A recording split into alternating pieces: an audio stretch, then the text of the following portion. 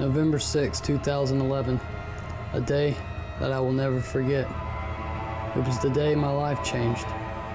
The events that occurred that evening left me with the strong belief that something intelligent, terrifying, and undiscovered was lurking in the North American wilderness. Over the next 7 years, I went down the rabbit hole to find out the truth as to what happened to me that night. What I uncovered would make even the most staunch skeptic shake their head. Not only did stories of the creature go back hundreds of years, but people from all walks of life had seen the beast themselves. In this film, we will hear from the eyewitnesses, talk to the experts, and examine the evidence to let you, the viewer, decide if the skunk ape lives.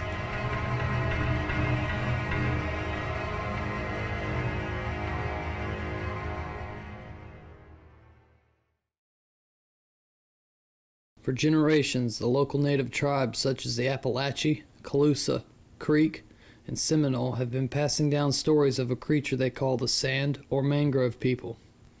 It wasn't just the natives that were seeing this creature, though. Sightings of the beast continued even after Europeans reached Florida. The stories, however, were the same. A hair-covered creature that stood about 6 to 8 foot tall and left a horrid smell in its wake. It wasn't until the 1940s that the name skunk ape was coined, and believe it or not, the foul smell of the beast wasn't the reason for the name. There had been a creature spotted in the panhandle that had a white stripe down its head, just like a skunk, and the term skunk ape was born. However, it wasn't until the 1970s that the skunk ape made it into the minds of people across America when an encounter involving police made national news and left residents looking towards the tree line. Back in 1974, 2 sheriffs with the West Palm Beach Sheriff's Office claimed to have shot a skunk ape off of the C-14 canal. Ernie Milner and Marvin Lewis were both out on a call after midnight. They went into a field where they were followed by 2 skunk apes. They saw them both, and one officer turned around and just blindly shot towards the eyes that they saw staring at them. The creature yelled, it ran off, they followed it on foot as far as they could. The next day they went back, they saw that the creature had run through a barbed wire fence, that they were able to obtain hairs. They sent the hairs to their lab and it came back as an unknown creature. They, at that time, decided to send it to the FBI lab in Miami to see if they could come up with what it was. And interestingly, the lab specimen disappeared. These 2 sheriff's deputies were not the only people to ever claim to have shot a skunk ape. In 2014, I met a man who claimed he did just that. I'm Martis Morgan. I'm from Perry, Florida. I'm Jim Grimes from Taylor County. Back in 1983, I shot a skunk ape. My buddy decided we was going to go for a ride out here in these very woods. We left right it was good before dark, and we decided we was going to go fishing. We brought our boat and we come down here to the river. Was going to set out some cat lines. We went down, put the boat in, we went down the river, was setting out lines. Jim had told me that he kept having this feeling that something was watching him and he kept hearing stuff. Started hearing footsteps stuff around me and felt like I was being watched. So I didn't think nothing else about it. I couldn't see anything or anything. Didn't hear it no more. So the day progressed and we got back here fooling around, throwing the football and messing around, waiting till dark, till the fish started biting and stuff, and we were just goofing off. And it got dark and I decided, well, hey man, I said, why don't we go for a ride, see if we can, see something. I said, cool man, we got the gun, let's go check it out.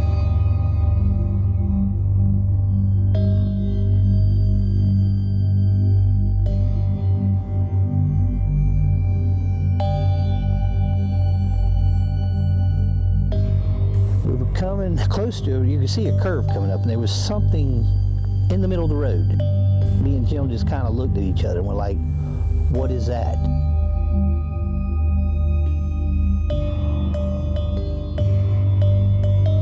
We got out, went around to the front of the truck, and we were kind of looking. And that's near Jim. He goes, dude, look at this.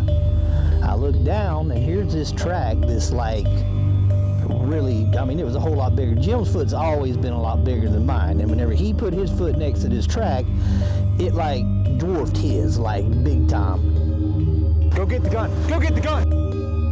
Rolled around, grabbed the gun, stepped out in front of the truck and shot. Boom! And it just started rolling and screaming. And I turned and started running back to the truck. And Jim, he was there. I thought I was going to leave him because he was still looking down that way. As I was standing there, I was a big male, whatever, walked across the road and went right out in the woods. And we came, jumped back in the truck, terrified. Whenever he had saw the other creature come out of the woods and was going over toward the other way, well, we got in the truck and we took off back to the camp.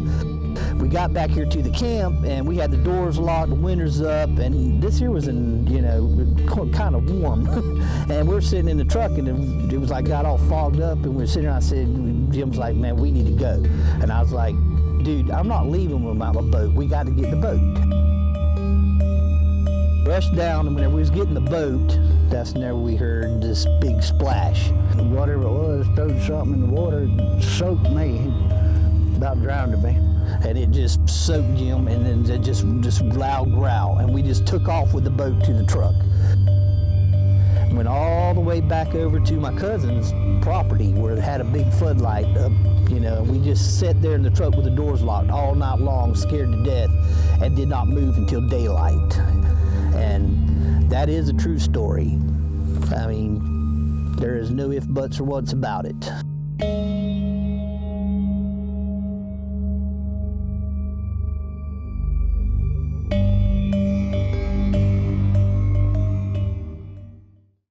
As I became obsessed with the phenomenon, I started digging up old news reports, trying to learn all I could about the subject.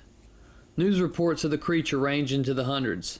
Anyone brave enough to talk about their sighting was quickly met with a reporter at their door. Now, reports go back as early as 1832 and as recent as 2 weeks before I recorded this narration in June of 2018. However, the most interesting report of the skunk ape involved capturing the creature itself.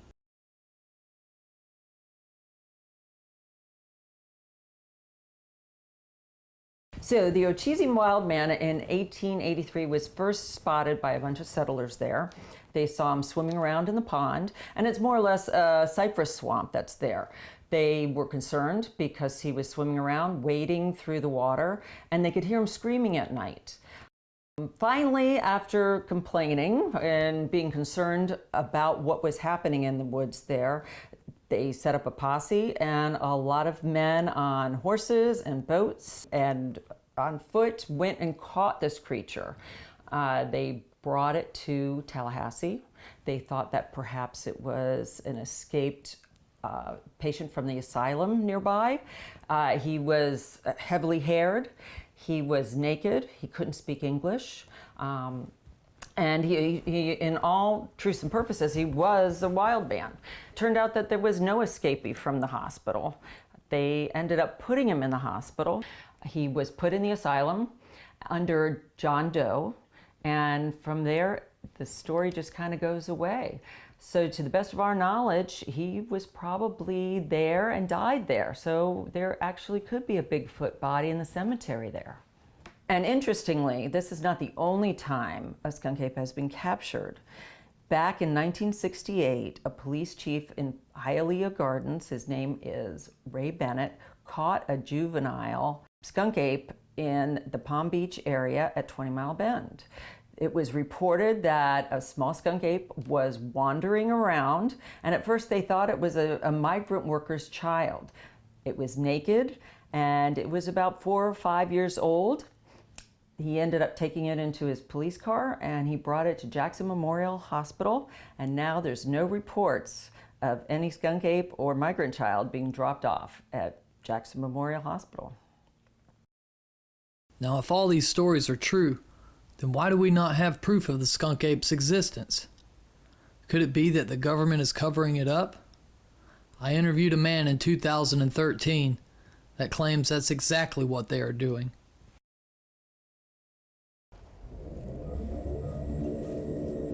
It was 1998.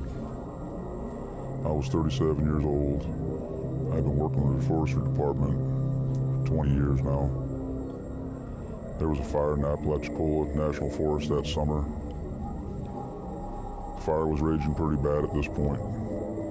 That morning I reported to the command center, Ellen Guard Road, to get briefed on what we was going to do that day. So me and another guy were given the task of driving around looking for animals. Animals would make it to the road and usually fall out if they were injured or had real bad smoke inhalation. Our jobs would pick them up and take them back to the command center. The vets would treat them, on some occasions euthanize the ones that wouldn't make it. So we were driving around the area, heading south, doing about 45 miles an hour. All of a sudden, we saw a black figure run out the woods on all fours, ran right underneath my driver's side tire. I was driving a 95 Dodge Ram 4x4, so I knew that the speed had killed it.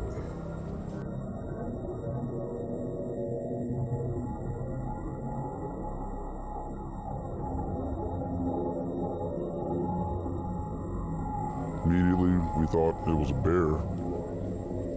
We got out and picked the bear up, put it in the back of the truck. Upon further investigation, we realized, it wasn't a bear. Neither one of us had ever seen anything like it. It was about 6 foot tall, had legs and kneecaps like you and me. His arms hung about the knee. One actually arm was down by the knee, and the other one was up over the head when we were looking at this thing. And I ran over him, went across him and up his shoulder blade and over the back of his neck. The creature was covered in hair, long hair on the arms and legs, and then, on the body and torso it had much shorter hair, maybe a couple inches. The muscle definition on this thing was just wild. He was like a prize fighter or UFC or something, big heavy looking dude. So we flipped him over. Jaw was broken where I'd hit it with the truck. We could see it kind of had this protruding snout, kind of like a baboon, or maybe like a werewolf or something, But it had eyes just like us, kind of looked like a chimpanzee in the face a little. We raided in the command center, and they sent a couple of FWC officials out to our location. They said they'd never seen anything like it. So we all picked up the animal and loaded it back in their truck now. The animal weighed, it was heavy, 300 or 400 pounds. They told us they'd figure out what it was and let us know.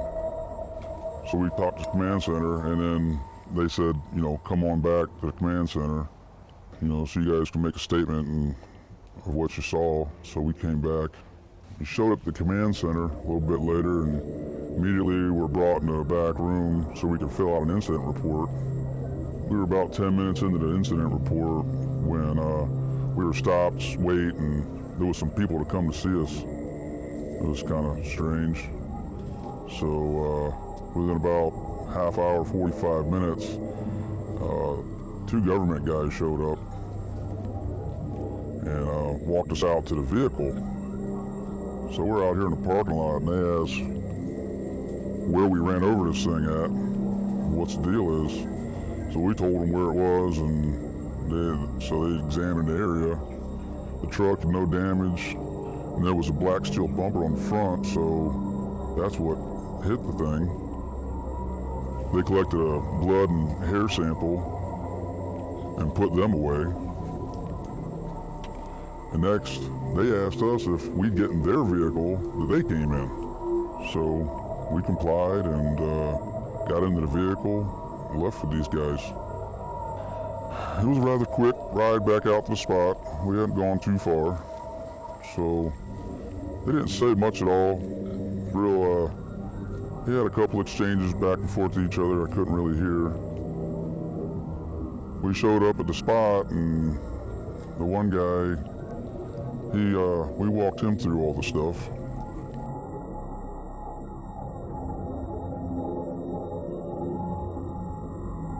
And all of a sudden, the one guy says, I guess the one that was in charge or whatever, he was saying, hey, you hit a bear. I said, sir, that's no bear that we hit. He quickly interrupted me with, you don't understand, you ran over a bear. He then said that, every time I tell anybody about this story, I ran over a bear, right? I was never to speak a word of what we actually hit. That we could face charges, my whole retirement could go away. He was going to take everything from me. So I looked at my partner. We had no other choice but to comply. On the ride back, kind of struck me that this is the actual government cover-up we're in. They knew what this thing was that we had hit. They had seen other ones before. For some reason, they didn't want anyone to know. They were going to great lengths to keep it under wraps.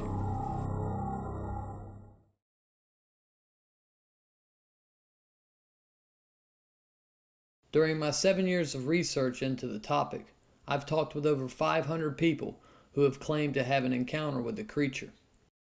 A good friend of mine told me that these people fall into 4 categories. They have either misidentified a known creature, they are delusional, they're lying, or they're telling the truth.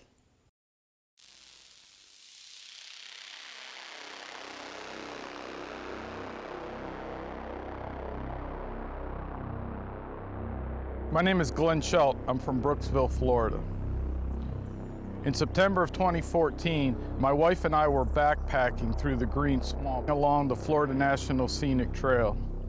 The section of trail that we were hiking on was probably about 30 feet wide, and there was about 3 feet high grass growing across it. It was probably about 5 or 6 o'clock in the afternoon, and we were ready to get to the primitive campsite where we were going to camp. And I was looking ahead up on the trail to try to find the blue trail which led off to the primitive campsite. And as we were hiking along, I was looking along, and we were going up this slight incline, and all of a sudden I saw this tall, hairy thing cross the trail right in front of us. There was a tree on the right side of the trail where he crossed over, and I used that as a marker to find the spot where it had crossed. When I got up to that area, the tree was about 7 foot tall. When it had passed behind that tree, I could still see the top of what I was assuming its head was. When we did get to the spot, though, the tall grass that was there, I could see grass that had been mashed down in footprints, and some of the grass was actually starting to raise back up. I tried to match the stride of those tracks in stretching out as far as I could. I couldn't even do it. We made our way to the campsite. We set up our tents. We cooked some dinner. We were sitting around the campfire. It was probably about 10 o'clock at night, and we were getting ready to retire for the night because we had quite a distance to hike the next day to the next campsite. When all of a sudden we hear this whistle coming back from the main trail, and it kind of surprised us since it was so late at night, and we actually thought that there was more campers coming out to the campsite.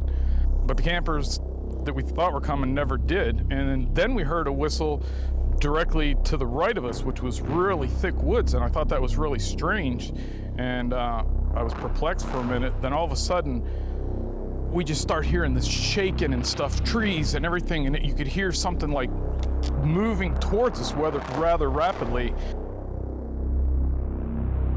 I told my wife, I said, I want to see what it is. Wait till it gets to the clearing and then we'll turn on our headlamps. Well, she was a little more frightened than I was, and she instantly reached up and turned her headlamp on, and whatever it was stopped shaking the trees and everything, and you could hear it running off away from the campsite. And it sounded like bipedal. You could hear the crunch, crunch, crunch as it ran away. And then nothing else happened after that. It was quiet for the rest of the night. Was it a skunk ape? I can't say for certain, but I don't know what else it could have been.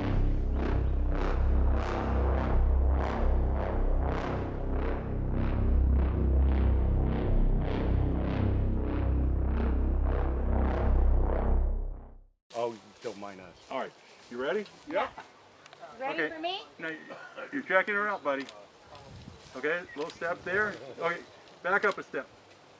Back up a step. Put your hand back up on the handlebar.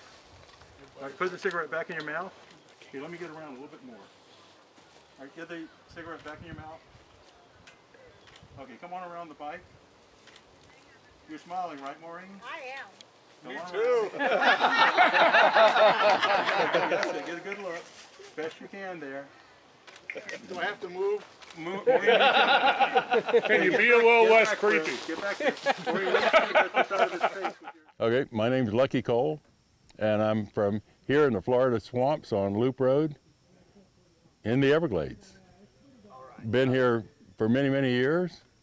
Seen a lot of strange and unusual things.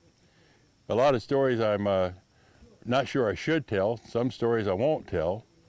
But there is one in particular that I'll tell you about my close encounter with what I figured was Bigfoot. My buddy Ben Wolf and I were out south of the Loop, down on what at that time was called Pace's Dyke. We'd go down there in either his Jeep buggy or my Jeep buggy, spend the day down there fishing, having a few beers, and working our way along the dike. And we had a system. What we would do is we'd get down there, I'd drop him off, and he would get out of the Jeep, with fishing pole, a couple of beers, whatever he needed, and I'd drive about 200 yards down. We called it leapfrog fishing. And he would, Ben would fish down about 200 yards. When I got down to 200 yards, I got out of the Jeep and I started walking. So when he got to the Jeep, he'd get in the Jeep, put his fish in there, get himself another beer, and drive on down and pick me up. And we'd do this, it was about 200 yards each time, where we could fish the whole area. We worked our way down. It was in the afternoon, early afternoon, so we hadn't been drinking very much. And I'm up in front of Ben. Ben's coming up to the Jeep. I'm a ways ahead. He comes pulling up, and as I get up there, I see this footprint. The dike was a mound of sand on one side, or dirt and rock where they dug it. It was a narrow canal. There was places where somebody a lot younger than me could run and actually jump over it. And every so often there was a culvert where you could get up on the other side, but it was all grown over, so you couldn't drive it. And as I'm moving along there in a soft area, not super wet, but just soft, where you're making footprints, I come up on a footprint, and I just froze in my tracks. And I'm looking at this footprint, I'm looking all around, because this footprint was huge. And I took my boots, I had on rubber boots, and put those rubber boots size 13. And that footprint was still sticking out on both sides of both ends of my rubber boot and the sides. And I'm scratching my head and looking at this. I backed up, not to make any new prints, walked back a little bit to look and see, and there was a little place where it looked like something was running, dug in, like somebody doing a long jump, dug in, put the next foot down, and jumped over that little canal, ditch thing. And I thought, nah, this isn't possible. I laid my gear down so I could find it, walked down maybe 30, 40 yards where there's a culvert, and came back up and worked my way back down to where I could see my fishing pole, so I knew I was right in line where whatever this was that jumped. And couldn't really find anything. There were some limbs broken. It was very rocky, so there were no more footprints. And by then, Ben had gotten down to where I laid my stuff down. He was sitting there waiting on me. I came back around and was talking to him as I was coming back around off the dike, off the culvert, telling him what I saw. He got out. He was looking for his camera. There's one time he and I were down there, we didn't have that stupid Polaroid camera that he carried constantly, taking pictures of every fish we caught and things like that. We both sat there, and the one thing that we both noticed the most was the smell.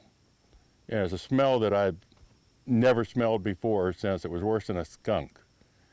And probably one of the reasons they call it the skunk ape. So I have people ask me if I believe that the skunk ape exists. And my answer is, I'm not going to tell you it doesn't. Because you can't prove to me it doesn't mean it does or does not exist. And one of the other things that I have learned from being out here in the swamps since the, out here on Loop Road actually, since the 60s, 65, is the Indians, if we had Indian friends here tonight and they knew we were doing this, they would quietly get up and just leave the property. They will not talk about it, and you do not bring it up. And I guess it's just their superstition. And they'll even tell you, you go to talk about it, and they'll do, like, be quiet, be quiet. And if you continue, then they leave politely, and they'll just leave. And that's just about my only, that is my only story I can tell you about my encounter with what would be called the skunk ape. So my name is Melissa Jones, and I was born here in Tampa, Florida. And this is my story. My name is Carla Gutierrez, and I am from Tampa, Florida. 1982, my friend and I went to my aunt's house. She lived in a city called Land O'Lakes. We were outside playing on the trampoline, and it wasn't dark out yet. The sun was going down. I guess you'd call it dusk. It was about this time of day, getting dark, maybe a little darker than this, but we were sitting on a trampoline in my aunt's yard, and just beyond, maybe, I don't know, 50 feet away was the fence line that led to a swamp. And in that wooded area, we heard some sticks and leaves moving. While we're playing, we hear rustling in the woods. We hear the sounds in the woods, and we're sitting there, you know, playing on the trampoline, jumping up and down. And then after we hear the ruckus in the woods, we start hearing noises. And as we turned to look at it and kind of looked at each other like, what is that? We heard an absolute inhuman noise. I mean, it was a screech, growl, howl. I can't even explain it, but I've never heard it since, never heard it before. It scared us, it terrified us. And we looked at each other, what was that? One of the noises we heard was something that you would have never heard before. I had never heard anything like it. It didn't sound like a human, and it didn't sound like a bear or any kind of animal. It was weird, you know? So of course that scared us to death.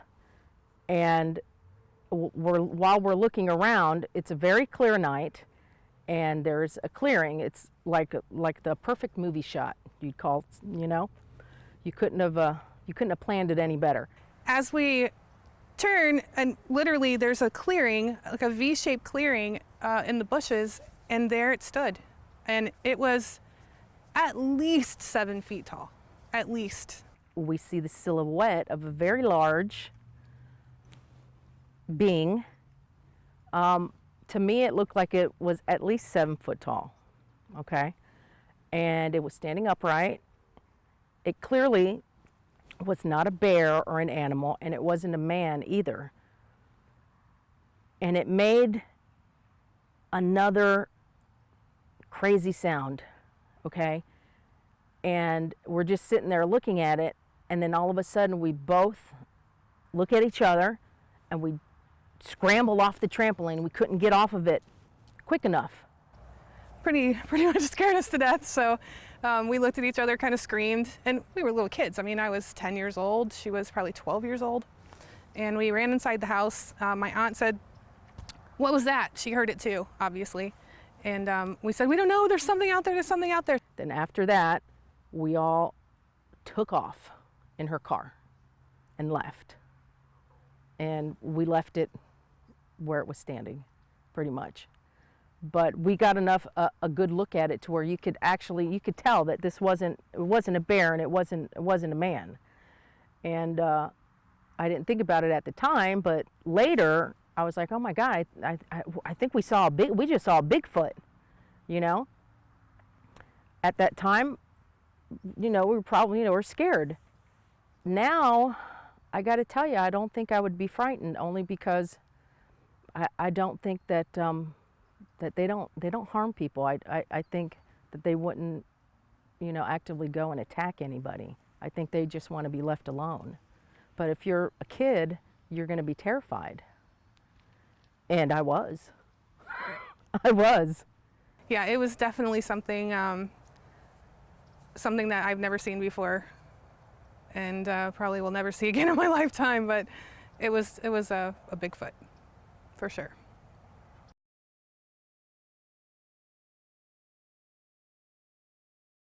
Naysayers are always quick to point out the lack of physical proof of the creature's existence.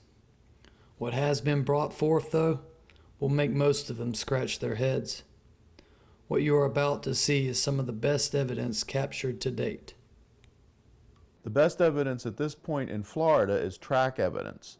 There are some hair samples, but they keep coming back as other types of animals, or in the case of the hair samples we obtained after the Lakeland sighting and had analyzed, it was indistinguishable. They could not tell what animal it was from. What concerns me is that really good evidence keeps disappearing.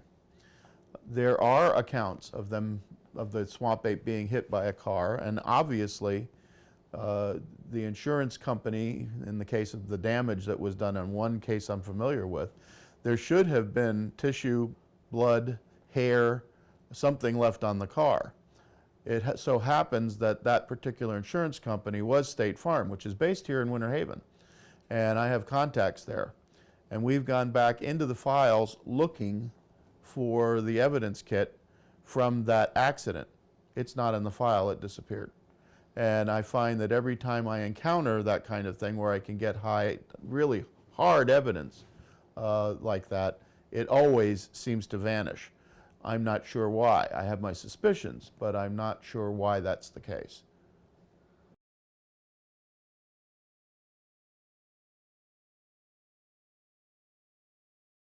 Here's a smaller palm been pulled out of the ground. You just can't make out the roots. All the roots are sticking up out of the hole. And then you can see down on the bottom the palm fronds here, which are running out of it, where they got bit off the end of it. These palm fronds here. And if you look, you can see where it's all the roots are poking up out of the hole. It was just snatched out of the hole. That hole is probably 3.5, 4 inches in diameter palm bulb. There's all grass around the whole outer edge of it, so there's no way to see any tracks around it. But you can see the palms were bit right off of the end of the bulb there. Hi, I'm Bernie Knoll. I grew up in Lakeland, Florida, and I've got a hunting camp up in Inglis. That's just Yankee Town, north of the Cross Florida Barge Canal. Hello, my name's Kevin. I live in Lakeland, Florida. Lived here my whole life. Most of my youth, I started working in a guy's body shop that started taking me to his hunting camp up above Crystal River in a place called Gulf Hammock, where to get there, there's no road access. We used to have to park the vehicle and get in a Jeep and load all our stuff in the Jeep to get out to his camp. So there's no road access or no way anybody easy to come and go. And my stepdad went up there early one Friday morning a few years back, and it's about a 45-minute drive from the road to the camp. So he went in real early, get the camp opened up, and next thing you know, he's called me on the phone and says, get here as early as you can and bring your camera. And I said, why? He said, I ain't talking about it on the phone, and he hung up. So I had no clue. I was thinking the worst. I get up to his camp, and he's all excited, and he takes us out there and shows us by the swamp buggy trail by this little tidal creek that's on the backside of the camp. Shows me this footprint. It was a partial footprint and then a whole footprint. And it was pretty obvious that it wasn't none of ours, being like 17 inches long, and I could put my whole shoe and everything inside of it. So get up there, and we run over by the Jeep shed and look at these giant prints that were in the mud. So at my age, I was very intrigued by this, and went down by this the creek bed that is right behind the swamp buggy shed, because that's where the footprints, the directions they were coming from, and we found footprints across the bottom of the creek bed, to where you know, I'm 6'1". If I put rubber boots on and went out and tried to make the stride that these footprints made coming across there, I couldn't even do half of it. With you sinking in the mud and dragging your boot out and trying to make the next step. But these were like 3-foot stride even to come across this mud creek bed. And when it stepped up out of the creek bed, you could even see like a scratch mark where because it's all coral rock on the sides of this creek bed, to where it was like a toenail or something had scratched it when it stepped up out of the creek. And then we started doing a little investigation that something had come through the creek, which is 25 yards or so behind the Jeep shed, and it had took in the mud, probably 2 feet deep of mud. It took 12, 14-inch strides, where most of us guys at 5.5, 6 foot take 3 or 4-inch strides. And then it went through the creek, came out the other side by our Jeep shed. All this time there's a bridge right there, a four-wheeler bridge that we could drive our four-wheelers over and walk. Now why this thing went through the mud, I have no clue. So then it came by the Jeep shed, and then it went on up by our cabin, past it, and we lost track of it a little bit because of the grass, and then we did a little homework, spread out, and went to the next cabin, which was a quarter-mile away. And then it went on around that, and we saw some prints where they drove, and then they got it over to the other cabin, a third cabin. Walked right past it and went up to the fourth cabin. And that place also has a bridge, and it didn't go over their footbridge. It went right beside the bridge. We tracked it a little further, and it went up into the hard ground, lost track, so we went on to the property line. The barbed wire fence was knocked over, 7 or 8 posts were just pushed forward like you drove over it with a Jeep. And then there was some hair, like a ball of hair on the barbed wire. And the property owner at that bridge there was a state investigator for a county south of here. And he took the hair and just took it in just like whatever. He didn't tag it or anything. He just said, run this. So they had it a while, and they brought it back and said, no matches found. Later that day, we started going out through the woods, and it disappeared, you know, to hard ground and up to the north, heading towards Cedar Key up that way. So with seeing these things, we plaster casts of them. Again, I'm still very intrigued. I wanted to quit doing everything and go up there and just live for a month and go and try to follow these tracks and trail it and see where it went and what it did. As most people think when they see them big tracks, there's a name that goes with that, which is Bigfoot.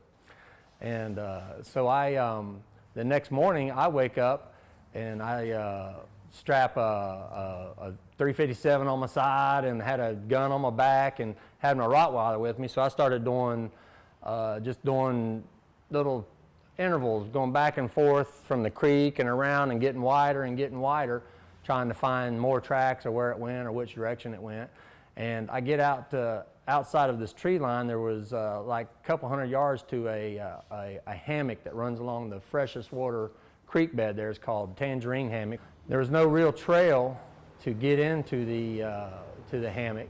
So I'm walking around the edge of the hammock just looking for footprints, and I decided to crawl in a deer trail. So I crawled in one of the deer trails where it's, you know, it's real low. I had to crawl in on my hands and knees, and my Rottweiler, of course, shot in front of me. And as soon as we got inside the hammock, my Rottweiler starts making this whining noise that I've never heard it make before, and it runs straight to this hole that's dug in the ground, and it's a hole it was about a foot diameter, and you could see dirt was piled on one side of it, and there was a bunch of roots poking up like this, and automatically I could tell that there was cabbage roots. It was swamp cabbage or little palm, and my dog is just going ballistic around this whole area around where this is pulled up. So I actually knelt down right beside it, and I actually got a chill down my back. Matter of fact, when I still think about it, I still get a chill down my back thinking, I know what this is. And I started busting some of this St. Augustine grass back away from the edges of it, and sure enough, there was 2 feet prints on either side of this hole. And you could even see where its toes curled down, and it had dug around the edge of this cabbage palm, and you could tell it had grabbed hold of the cabbage palm and bent the cabbage palms over, and then rotated it and snatched this cabbage, and it probably was a cabbage bulb of about that big. And then you could see, then the palms were still laying right there with a perfect bend in them, laying beside the hole, perfectly green. They had not even started to turn brown yet, so I knew that it was pretty fresh. So I stayed kneeling by the hole, and my dog's running around now sniffing everywhere. And this hammock is a long, narrow hammock, and I just started studying all the trees as far as I could see all the way, expecting something to be looking back at me because that's how fresh this was. My name is Dan Quackenbush. I'm from Wakulla County, Florida, and I've been a resident here since 2003. I have some friends that hunt down off of 98 in Flint Rock, they call it. It used to be called Osceola. And they gave me a call one Sunday morning, and wanted me to come down and look at something. This is what it was. It's a bark structure, I guess you'd call it. Some kind of thing put together by, we don't know what it is. We're assuming maybe Bigfoot, but we found it next to his tree stand, basically about 40 yards from it. It was there on the Sunday morning when he showed up. It wasn't there Saturday evening when he left. And so it had, 10 hours, 9-10 hours to build it, whatever did it. But they peeled it off the tree next to it, and just more or less woven together. It's very solid. Everybody that sees it looks like a pillow to them. And the guys who found it they don't necessarily want to be on camera, so I'm their spokesperson, I guess. And this is just something that nobody has ever seen. We can't identify it from anything else that's been found, so it doesn't necessarily say Bigfoot to me, but I don't know. It could be. But it just happens to be around the corner from where they had a Bigfoot sighting.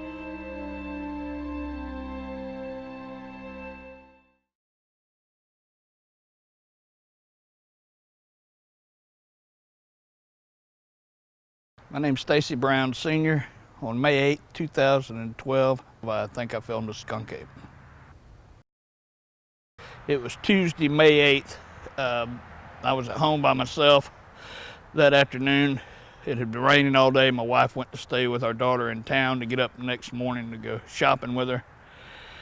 And I'd had the night all to myself, and my son had been wanting to use my thermal camera because he kept hearing something in the woods when him and his buddies would go out camping.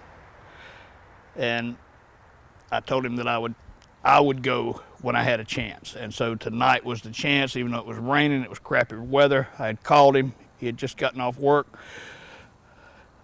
I said, get your crap together, let's go. He kind of complained a little bit about the weather. Oh man, it's raining tonight, ain't gonna be good. I said, nope, we're going tonight. That's the only night I got, let's go. And so we proceeded to Torreya State Park. We pulled in there, there wasn't nobody there. It had just quit raining as we pulled up. It was hot and steamy. And we'd walked the mile or so in there to the camping spot. We set up camp. He told me, he said, well, this is what happened. We started a fire, we was cooking supper, we was listening to music, and he says, and then in an hour or so, something came up and started walking around the tent. So we did everything exactly like he said, and we put something on to eat, and sure enough, it wasn't too long. We started hearing this, well, I think the first thing we heard was a knock. And he said, see there, that's what it is. And I said, well, you know, what's a knock? And he explained that to me. And then in a few minutes later, I thought I heard something that sounded like a grumble, but I thought it was going to be an armadillo or something out there. And I said, well, let's turn up the music to drown out us, and let's slip out of here as quietly as we can. Let's follow where this thing was walking. All right, man. This battery just keeps dying on me. I'm going to cut it off when we're going. All right, we're hearing the knocks and a growl right over here. So we're gonna cut the radio up. We got a fire going, and we're gonna slip out around this way and go most of the time lights out, just enough so we can see beneath our feet a little bit. And I got this thermal. When I can keep it on, I can see the trail good, but the battery's going on and off. And we'll see if we can't spook something up and go. So go cut the. We started trying to walk toward it, and the way this worked is he was hanging onto my shoulder.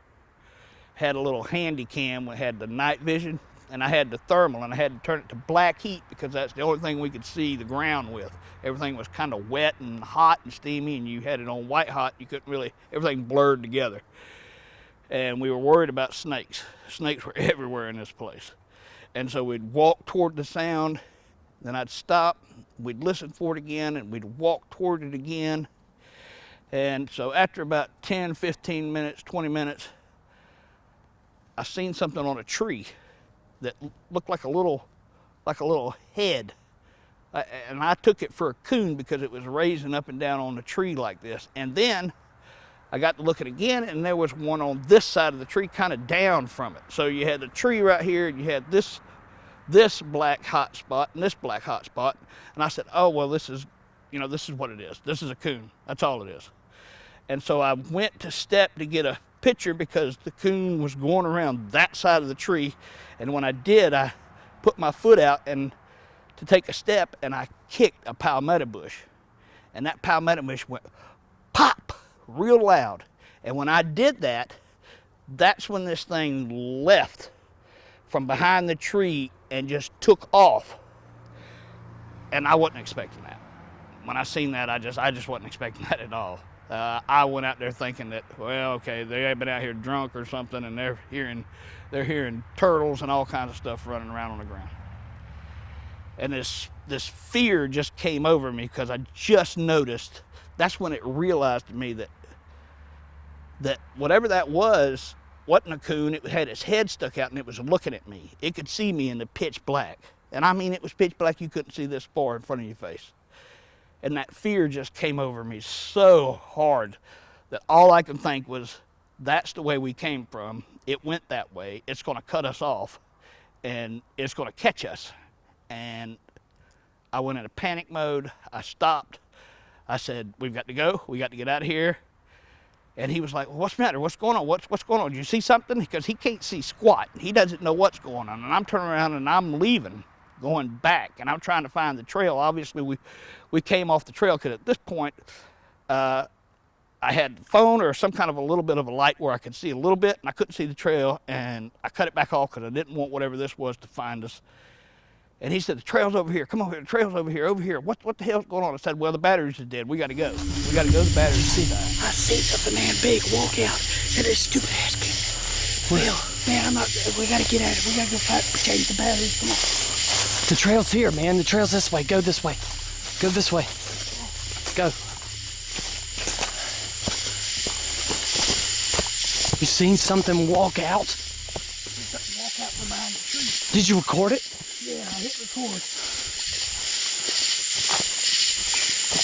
But it's out here, man. If it's seen me in the dark, we can't see nothing. We're blind, man. We got to change these batteries. We're blind? We're blind. It can see us because it was looking at me.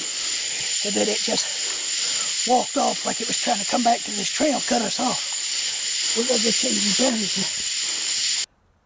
We got to the camp and there wasn't no batteries. There was no batteries in the truck. There's no batteries nowhere. I lied to him. I said there was no batteries. I just wanted to get the stuff and get the hell out of there. That's how scared I was of this thing, whatever it was. You got your gun on you? Yeah. Got it in my hand right now.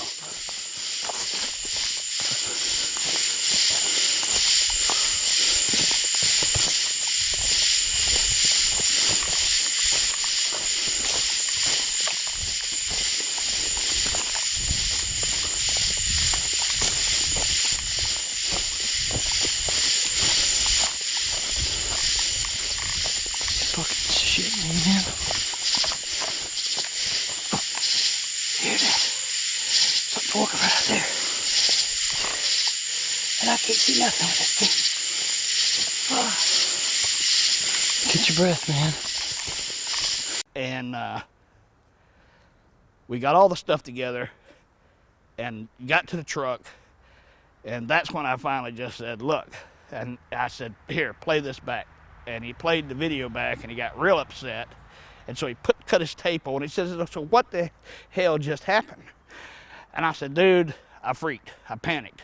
I said, when that thing come out from behind the tree, it just scared the hell out of me. And I just said, I'm not going back down there.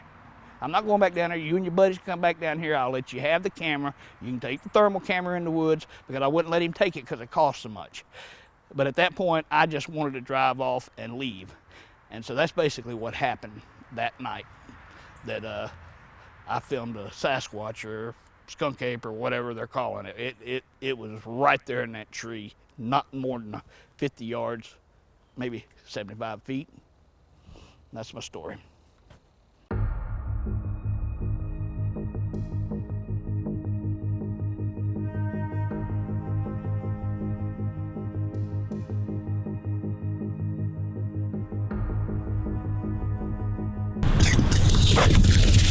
Good girl.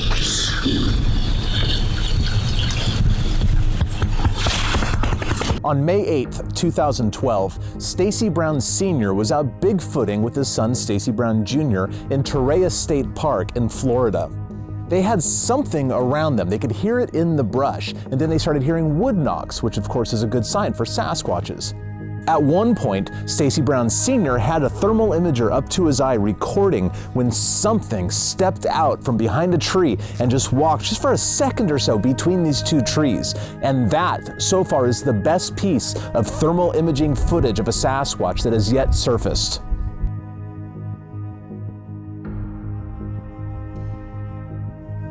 The Browns didn't quite know what to do with their footage, so eventually in August they contacted me for an analysis. I of course jumped at the chance.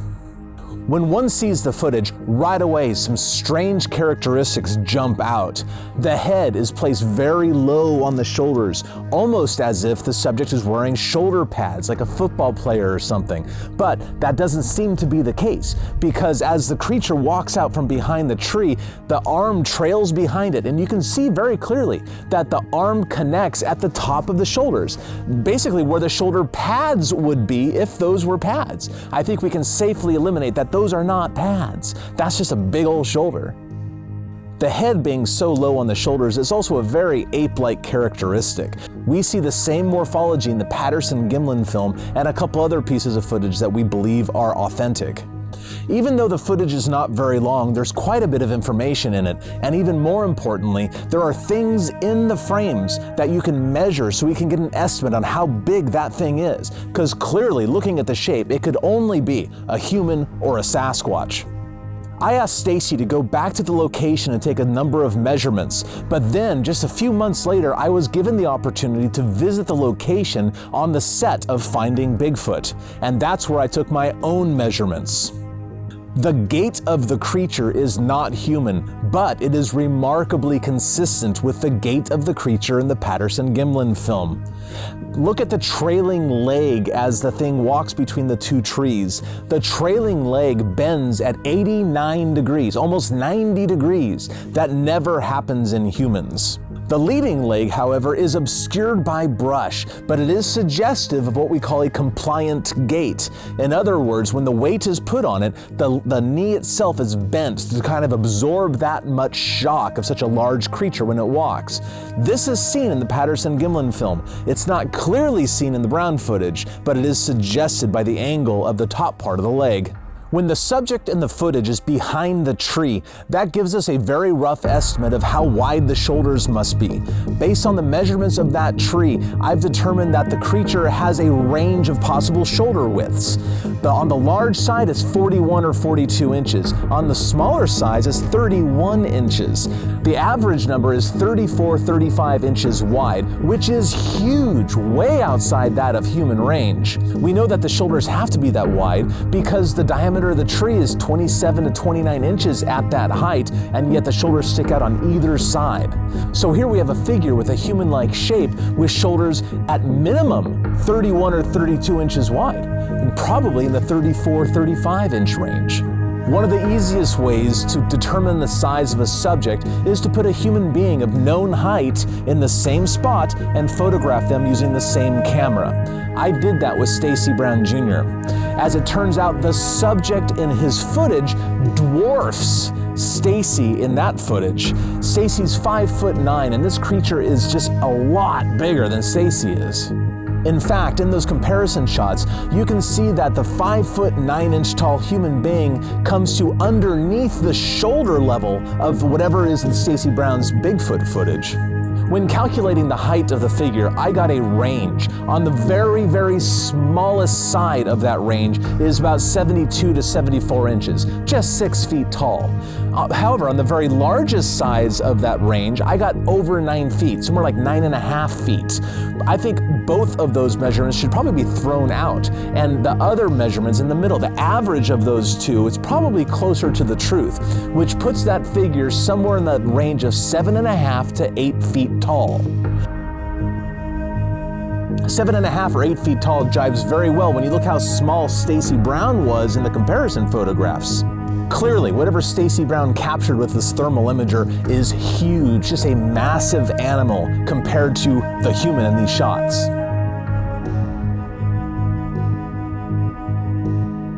The creature takes one step from its hiding place behind the large tree on the left over to the brush on the right-hand side. It turns out that I measured the distance between the two trees it stepped between to be 72 inches. Using that one simple measurement, I've determined that that one step was 4 feet 8 inches in length. 4 feet 8 inches, one step. And it didn't look like it was struggling at all. That's another indication that whatever that figure is, it is big. So whatever that figure is in the footage, it has the morphology of a Sasquatch with the lowly placed head, the high shoulders, the long arms, the big hands. It walks like a Sasquatch with the bent knee gait and the trailing leg approaching 90 degrees upon step off. The location is highly indicative of a Sasquatch as well because so many sightings come out of Torreya State Park. And in fact, I myself, long before the Brown footage was obtained at that location, got a recording of a beautiful whoop, whoop at the same location, literally 120, 130, 150 yards away from the very spot the Browns were standing when they filmed that thing.